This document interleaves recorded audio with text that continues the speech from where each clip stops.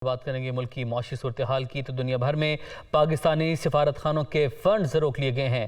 Funds न होने के बायस पाकिस्तानी सिफारती मिशन में अमले की तनख्वाहें भी रुक गई हैं। कई सिफारत खानों के पास यूटिलिटी बिल्स अदा करने की भी रकम नहीं है। आपको अपडेट कर रहे हैं मौशी सूरत हाल के हवाले से। दुनिया भर में पाकिस्तानी सिफारत खानों के फंड्स रोक लिए गए हैं। ब्यूरो चीफ इस्लामाबाद अदील वड़ाइच हमारे साथ मौजूद हैं। अदील, ये तो इंतहाई तशवीशनाक सूरत हाल अब बन चुकी है कि सिफारत खानों के फंड्स ही रोक लिए गए। मौजूदा मुआशी सूरत हाल ने जहां हर शोबे को अपनी लपेट में ले रखा है, वहीं दफ्तर खारजा खुसूसन दुनिया भर में पाकिस्तानी सफारती मिशंस मुतासर होने लगे हैं।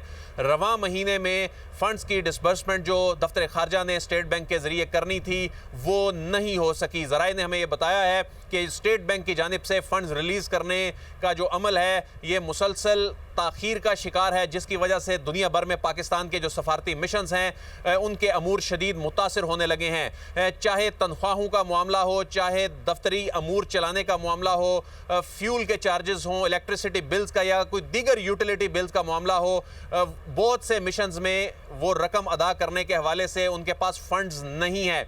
इस हवाले से दफ्तर खारजा से बहुत से सफारतकारों ने रब्ता करके मामले की संगीनी के हवाले से आगाह कर दिया है कि इस तरह से मामलात चलाना मुश्किल हो रहा है।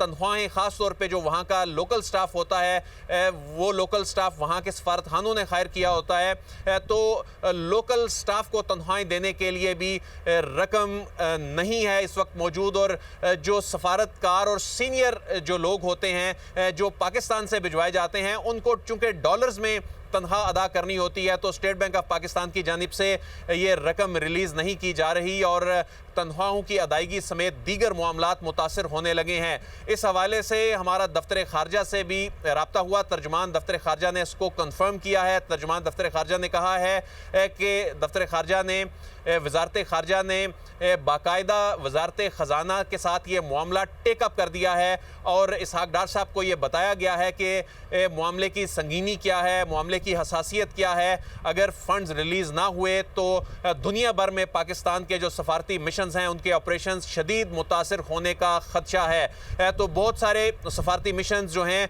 उनके अमूर इस वक्त मुतासर हो चुके हैं। ख़ास तौर पे जो बिल्स की अदायगी है और लोकल स्टाफ को तनख्वाहें देने का जो मामला है वो शदीद मुतासर हो रहा है। जो एक बड़ा सफारत खाना होता है उसमें तकरीबन माहाना $2 लाख फंड्स दरकार होते हैं माहाना, जबकि एक जो छोटा सफारत खाना या कोई कौंसलेट होता है उसमें $50,000 तक दरकार होते हैं माहाना।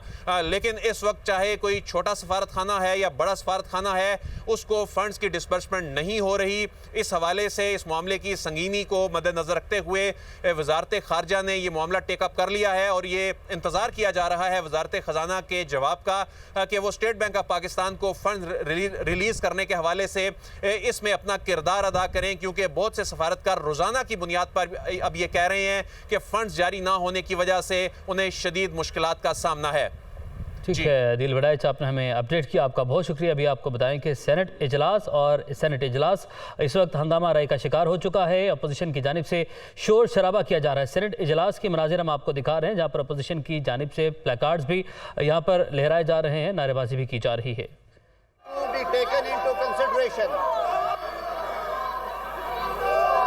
ये तारे साहब बताएं बिल क्यों ला रहे हैं उसमें? सर ये आपके सबके नोटिस में है कि एक तो रिकोडेक प्रोजेक्ट हमारा हॉल्ट हो गया था और इधर अबड़ो साहब इधर हो जाए प्लीज। तकरीबन अबड़ो साहब इधर इस तरफ हो जाए। वो हमारे पे जुर्माने आयद हुए सेटलमेंट की। ये सर 30 इधर हो जाए। अबड़ो साहब इधर हो जाए प्लीज। अबड़ो साहब $20 अरब प्लीज इस तरफ हो जाए। मुनाफे हैं जो प्लीज इस तरफ हो जाए प्लीज। को जाएंगे। तो मेरा सर ये आपसे कहना है कि जब तक मुल्क में फॉरेन इन्वेस्टमेंट नहीं आएगी। सेनेटर साहब इधर हो जाए प्लीज। इधर हो जाए इधर आ जाए प्लीज। इस तरफ आ जाए प्लीज। प्लीज ले ये कौमी खिदमत कर लेने। Is it opposed? No.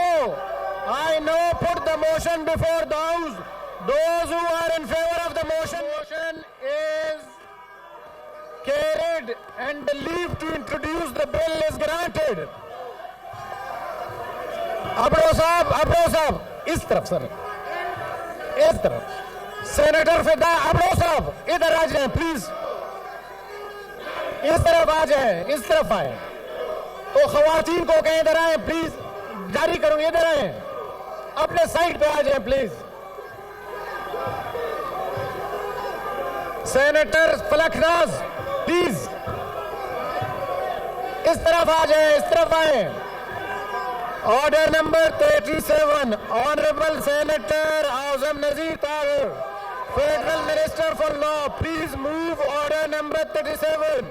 Sir, I wish to move under Rule 263 of the Rules of Procedure and Conduct of Business in Senate 2012 that the requirement of Rules 97 and 98 and Sub-Rule 2 of Rule 99 of the said rules be dispensed with in order to take into consideration at once the bill to provide for promotion and protection of certain qualified foreign investments and for matters incidental thereto, the Foreign Investment Promotion and Protection Bill 2022.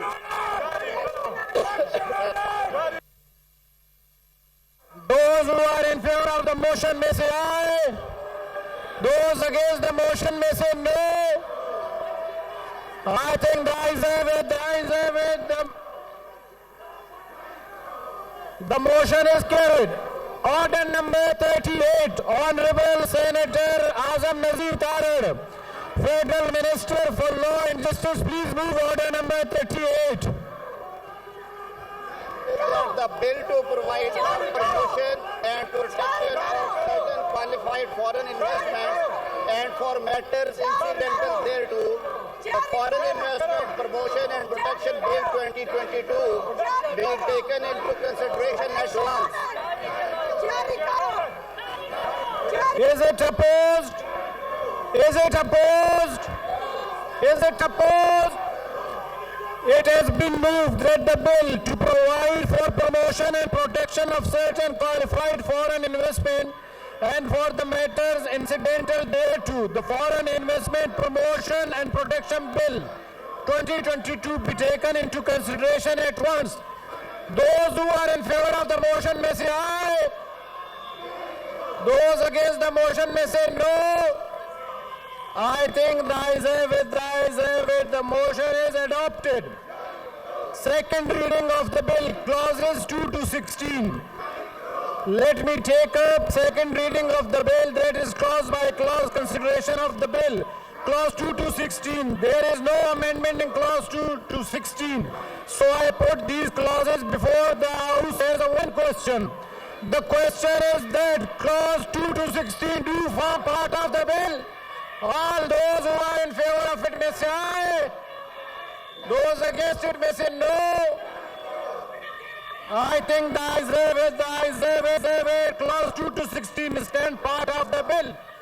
Schedule 1, there is no amendment in Schedule 1. Therefore, I will put Schedule 1 before the House. The question is that Schedule 1 do form part of the bill. Those who are in favor of it may say aye. Those against it may say no. I think the ayes have it. Thursday, the 15th December 2022 at 3 p.m.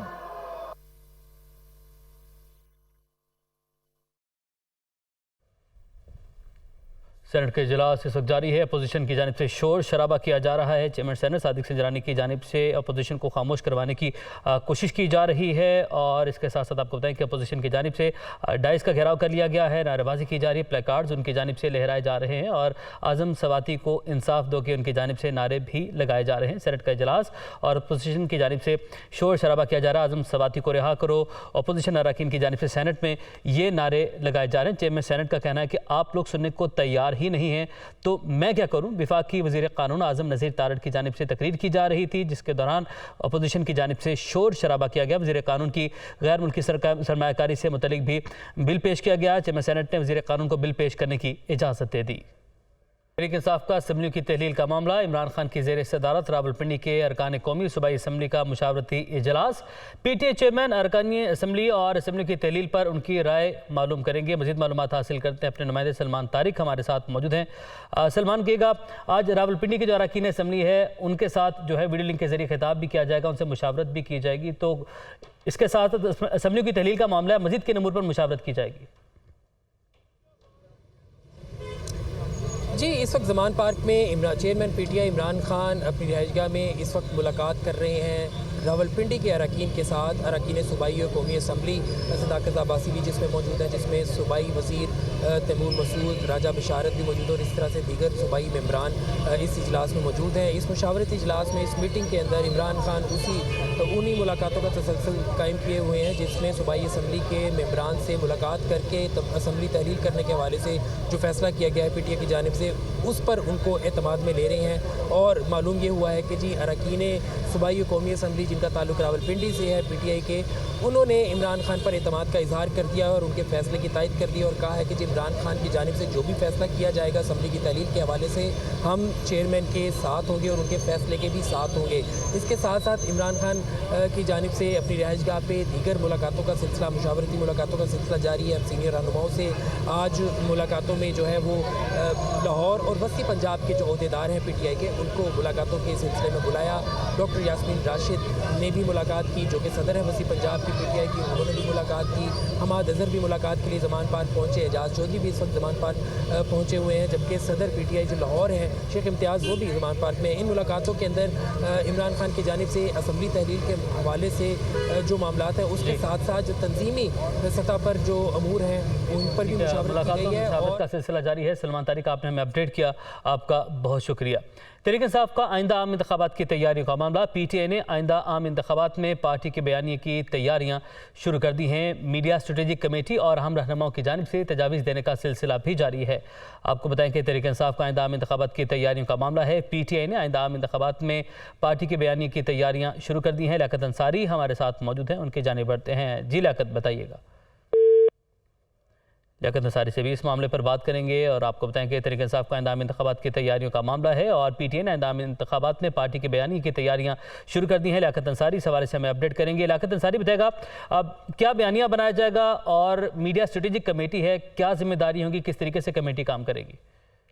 बिल्कुल, media strategic committee और अहम रहनुमाओं ने जो है वो आइंदा आम इंतखाबात की तैयारियों के हवाले से बयानिए की तैयारी पर काम शुरू कर दिया और इस हवाले से आइंदा आम इंतखाबात के लिए PTI के मुजव्वजा बयानी में PDM हुकूमत की जो बदनवानियां हैं, तबाहाल मईशत है, उनको तरजीह दी जाएगी और PDM हुकूमत की जानब से नैब और इंतखाबी तरामीम के को भी जो है वो बयानिए में रखा जाएगा कि किस तरह नैब में तरामीम करके PDM ने जो है वो अपने केसेस माफ करवाए। आम इंतखाबात में हुकूमत की करप्शन, होशरुबा महंगाई, इंसानी हकूक की खिलाफवर्जियों को भी PTI के बयानिए में शामिल किया जाएगा और बयानिए में रजीम चेंज में सहूलतकारों के किरदार को भी वाज़ेह अंदाज में अवाम के सामने लाया जाएगा। ये भी तजवीज़ है कि हुकूमत की नाकाम मुआशी पॉलिसियों, बढ़ते हुए बिल्स पर भी बयान का हिस्सा बनाया जाएगा और इलेक्शन। ठीक है लियाकत अंसारी, आपने अपडेट किया, आपका बहुत शुक्रिया। सुप्रीम कोर्ट में नैब तरमीम के खिलाफ इमरान खान की दरखास्त पर समाअत हुई है। सुप्रीम कोर्ट ने तहरीक इंसाफ से 2 अहम सवालात के जवाब तलब कर लिए हैं। नैब कानून की दस्तरस से तो जजेस भी बाहर नहीं है। जस्टिस मंसूर अली शाह की जानिब से ये रिमार्क्स दिए गए हैं। आमिर सैद अब्बासी हमारे साथ मौजूद है, उनसे बात कर लेते हैं। जी आमिर, बताइएगा। देखिए, सुप्रीम कोर्ट में नैब तरमीम के खिलाफ इमरान खान की दरखास्त पर समाअत सुप्रीम कोर्ट ने कल तक मुलतवी कर ली है, लेकिन सुप्रीम कोर्ट ने 2 अहम सवालात पूछ लिए हैं पाकिस्तान तहरीक इंसाफ के चेयरमैन इमरान खान के वकील से। सुप्रीम कोर्ट ने ये पूछा है कि अफवाज पाकिस्तान को नैब इख्तियार से बाहर रखा गया है, इस पर PTI का क्या मौक़िफ़ है। जस्टिस मंसूर अली शाह ने कहा कि नैब कानून से अफवाज पाकिस्तान को बाहर रखने की वजूहात क्या हैं और क्या नैब कानून की दस्तरस से तो जजेस भी बाहर नहीं हैं और क्या अफवाज पाकिस्तान को बाहर रखने का ये अमल PTI की नजर में आईनी है या गैर आईनी है। ये वो सवाल है जो पहला सुप्रीम कोर्ट ने पूछा है PTI चेयरमैन इमरान खान से और दूसरा सवाल ये पूछा गया है कि जो मुंतखब रुकने पार्लिमान हैं उनका ये कहना। बहुत शुक्रिया आपका। तोशाखाना रेफरेंस पर इमरान खान के खिलाफ फौजदारी कार्रवाई होगी या नहीं, इलेक्शन कमीशन की दरखास्त काबिल समाअत होने पर फैसला महफूज कर लिया गया है। 15 दिसंबर को सुनाया जाएगा। फौजदारी मुकदमा काबिल समाअत है या नहीं, इस पर फैसला करेंगे जज जफर इकबाल की जानिब से ये रिमार्क्स दिए गए हैं। इसी पर मज़ीद बात करेंगे मंसूर सती से। जी मंसूर।